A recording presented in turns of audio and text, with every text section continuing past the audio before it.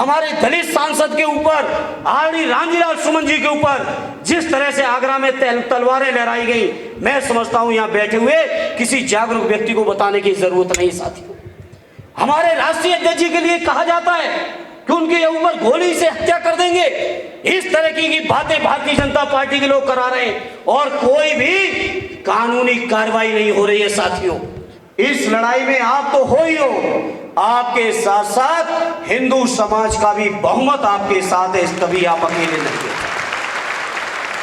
आप सब जो भी फैसला लोगे अपनी पूरी क्षमता और पूरी हैसियत के साथ आपके फैसले के साथ मजबूती से खड़े दिखाई देंगे। मुझे पूरा यकीन है कि ये बिल माननीय सर्वोच्च न्यायालय में स्टैंड नहीं करेगा। सर्वोच्च न्यायालय का फैसला हमारे हक में होगा कि भारतीय जनता पार्टी के लोग और उनकी सरकार को ये बर्दाश्त नहीं है कि आखिर वक्फ के पास इतनी जमीनें क्यों हैं। उन्हें बर्दाश्त इस बात के लिए नहीं हो रहा है कि आखिर वक्फ की जमीनों का मैनेजमेंट उन जमीनों के माध्यम से धार्मिक कृत्य हो, शिक्षा के लिए काम कर रहे हो, मदरसे चला रहे हो, मस्जिदें हो और तमाम तरीके के जो चीज़ें हैं उनको लेकर जो मुस्लिम भाई लोग अपने तरीके से काम कर रहे हैं, ये बात भारतीय जनता पार्टी के लोगों को बर्दाश्त नहीं है। इसे आज मैं इस मौके पर कहना चाहता हूँ, अपने नेता आदरणीय अखिलेश यादव जी की ओर से कहना चाहता हूँ, यहाँ उपस्थित सभी साहिबानों से, और जहाँ तक ये बात चली जाए वहाँ तक कहना चाहता हूँ, एक बात आप लोग एकदम दिल से निकाल दीजिएगा कि इस लड़ाई में अकेले आप हो, इस लड़ाई में आप तो हो ही हो, आपके साथ साथ हिंदू समाज का भी बहुमत आपके साथ है, कभी आप अकेले नहीं हैं। ये भारतीय जनता पार्टी के लोग जो मैं समझता हूं 100% में 30, 32, 34, 35% से ज्यादा लोग इनके साथ नहीं हैं, लेकिन इनके साथ तमाम एजेंसियां चल रही हैं, तमाम तरीके की ऐसी संस्थाएं चल रही हैं जो राजनीतिक लोगों पे दबाव बनाकर इस बिल को पास कराने में सफल हुए हैं। लेकिन आज इस मौके पर मैं आह्वान करना चाहता हूं आप सभी का, जिनके बारे में संसद में भी चर्चा हुई है, चाहे वो आंध्र प्रदेश वाले हों, चाहे वो बिहार वाले हों, चाहे वो पश्चिमी उत्तर प्रदेश के लोग हों, चाहे वो कर्नाटक वाले हों, देवेगौड़ा साहब, नायडू साहब हो, नीतीश साहब हो, जैन साहब हो, सबके सब लोगों को आने वाले समय में जो तरीका होता है लोकतंत्र का, सियासत का, उस सियासी तरीके से आपको भी सबक सिखाने का संकल्प लेना पड़ेगा। मैंने वक्त बिल की चर्चा के समय कई इन दलों के सांसदों से कहा कि आखिर आप तो सपोर्ट लिए हो मुसलमान भाइयों का, आखिर आप क्यों ऐसा फैसला लेने जा रहे हो। तो उनको लगता है कि इस समय बिल पास करा लो, बाद में फिर कोई ना कोई मुद्दा बनाकर, कोई ना कोई नई तस्वीर पेश करके वो चुनाव में वोट ले लेंगे। इसलिए मैं इस मौके पर आपसे कहूंगा, शुरुआत कर दीजिए, बिहार का चुनाव आने जा रहा है, बिहार के चुनाव से ही सफाई कर दीजिए, जिससे कभी ये दोबारा आपके किसी भी हक के खिलाफ लड़ाई न लड़ सके। इसलिए मैं आज इस मौके पर विश्वास दिलाता हूं all India Muslim personal law board के सभी पदाधिकारियों का, और मैं समझता हूं मौलाना कलवे साहब ने चर्चा की कि पूरे देश की तमाम तंजीमें आज मुस्लिम पर्सनल लॉ बोर्ड के बैनर्स के साथ खड़ी हुई हैं। मैं अपनी ओर से, अपनी समाजवादी पार्टी की ओर से, अपने नेता आदरणीय अखिलेश यादव जी की ओर से आपको ये विश्वास दिलाता हूं, आप सब जो भी फैसला लोगे अपनी पूरी क्षमता और पूरी हैसियत के साथ आपके फैसले के साथ मजबूती से खड़े दिखाई देंगे। ये हम आपको विश्वास दिलाते हैं। हमने जंतर मंतर पर भी आके कहा था, ये मसला चाहे सड़कों में रहेगा, चाहे संसद में रहेगा, चाहे माननीय सर्वोच्च न्यायालय में जाएगा,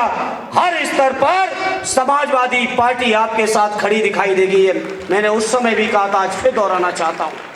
मुझे उम्मीद ही नहीं, पूरा यकीन है जिस तरीके से माननीय सर्वोच्च न्यायालय में बहस और चर्चा शुरू हुई है और जो बातें वहां से निकल के आ रही हैं, मुझे पूरा यकीन है कि ये बिल माननीय सर्वोच्च न्यायालय में स्टैंड नहीं करेगा। सर्वोच्च न्यायालय का फैसला हमारे हक में होगा। जहां हम ये यकीन लगाए हैं सर्वोच्च न्यायालय का फैसला हमारे हक में होगा, वहीं देखिए भारतीय जनता पार्टी को, देखिए क्या हो गया है देश के उपराष्ट्रपति महोदय तक को, केंद्रीय मंत्रियों को, सांसदों को, वो लगातार इस तरह की बातें की कि माननीय न्यायालय के मुख्य न्यायाधीश इस बात के लिए जिम्मेदार होंगे कि देश के अंदर ग्रहित हो जाएगा, इस स्तर तक की बातें करते हैं। तो आज में कल 2 दिन पहले एक रिपोर्ट आई है, देश के अंदर 10 अगर सबसे बड़ी हेट स्पीच किसी भी दल ने की है तो वो भारतीय जनता पार्टी और देश की सत्ता में बैठे हुए प्रधानमंत्री से लेके उनके नीचे तक के 10 लोग हैं। कोई उसमें सेकुलर आदमी हेट स्पीच में शामिल नहीं है साथियों। ये सब सामने है देश के सामने, लेकिन मीडिया, सोशल मीडिया तमाम यंत्र तंत्र षड्यंत्र करके जिस तरह से हमारे मुसलमान भाइयों को बदनाम करने का प्रयास हो रहा है, हमारे दलित सांसद के ऊपर, आरडी रामजीलाल सुमन जी के ऊपर जिस तरह से आगरा में तलवारें लहराई गई, मैं समझता हूं यहां बैठे हुए किसी जागरूक व्यक्ति को बताने की जरूरत नहीं साथियों। हमारे राष्ट्रीय अध्यक्ष जी के लिए कहा जाता है कि उनके ऊपर गोली से हत्या कर देंगे। इस तरह की बातें भारतीय जनता पार्टी के लोग करा रहे हैं और कोई भी कानूनी कार्रवाई नहीं हो रही है साथियों। इसलिए आज मैं कहना चाहता हूं, मौलाना कलवे साहब ने चर्चा की लखनऊ उत्तर प्रदेश की, मैं समझता हूं आज पूरे उत्तर प्रदेश के अंदर जब ये वक्फ बिल लोकसभा से पास भी नहीं हुआ था, उससे पहले से ही तमाम मस्जिदों के सर्वे करना शुरू कर दिए गए थे साथियों। पहले पास होने से पहले इन्हें बीजेपी के लोग, उत्तर प्रदेश विशेषकर उत्तर प्रदेश और देश के अंदर भारतीय जनता पार्टी के लोग केवल नफरत की बुनियाद पर देश को गुमराह करना चाहते हैं। इसलिए मैं इस मन से आपसे अपील करूंगा, बहुत धैर्य से काम लेने की जरूरत है, बहुत संयम से काम लेने की जरूरत है और लोकतांत्रिक तरीके से जो भी रास्ते हैं जो बाबा साहब हमें आपको देके गए, जो भी रास्ते बापू महात्मा गांधी जी हमें आपको देके गए, हर रास्ते पर चलते हुए हमें अब आपको सबको मिलके न केवल मुसलमान भाइयों की बल्कि मुसलमान भाइयों के साथ साथ अपने दलित भाइयों की, अपने दलित भाइयों के साथ साथ अपने पिछड़े भाइयों की, अपने बौद्धिस्टों की, अपने जैन समाज के लोगों की, सभी धर्मों के लोगों की, सभी वर्गों के लोगों के मान की भी, सम्मान की भी, स्वाभिमान की भी, हकों की भी, अधिकारों की भी, सबकी रक्षा की जिम्मेदारी हम सबकी बनती है मेरे साथियों। और मुझे यकीन है ये लड़ाई केवल हमें आपको, ये संघर्ष केवल हमें आपको वक्फ बिल तक ही नहीं करना है। वक्फ बिल को ऊपर वाले ने चाहा तो हम लोग फिर से अपने वही अधिकार वापस लेके रहेंगे। उम्मीद है कि माननीय सर्वोच्च न्यायालय का फैसला हम सबके हक में होगा। और नहीं तो अपील करूंगा, अभी तो ताकत दी है आपने 232 की, हालांकि 240 तक जा सकते थे। कुछ साथी उपस्थित थे, मैं मंच को बताना चाहता हूं, कुछ साथी थे जो कोई बीमारी कारण किन्हीं कारणों से 240 तक लगभग हम लोग पहुंच सकते थे, लेकिन हमें फक्र है आदरणीय अखिलेश यादव जी को मानने जानने वाले 37 के 37 सांसदों ने बहुत मजबूती के साथ इस बिल का विरोध किया है साथियों। इसलिए मुझे उम्मीद है आप सबकी दुआएं रहेंगी, आप सबका सहयोग रहेगा, तो वो दिन भी दूर नहीं कि जरूरत के 272 का भी आंकड़ा पार करके न केवल वक्फ बिल के सम्मान के लिए, न केवल वक्फ अधिकारों को लेने के लिए, बल्कि समाज के हर दबे कुचले, शोषित पीड़ित, जो उपेक्षित हैं, जो भारतीय जनता पार्टी से पीड़ित हैं, इन सबको न्याय दिलाने का काम हम सब लोग मिलकर करेंगे। ये मैं यकीन और विश्वास के साथ आपसे कह सकता हूँ। इस शानदार मंच पर मुझे जंतर मंतर पर भी आपने बुलाया, मुझे आज भी दाल कटोरा के मंच पर आपने बोलने का मौका दिया, मैं उसके लिए अपनी ओर से शुक्रगुजार और शुक्रिया अदा करते हुए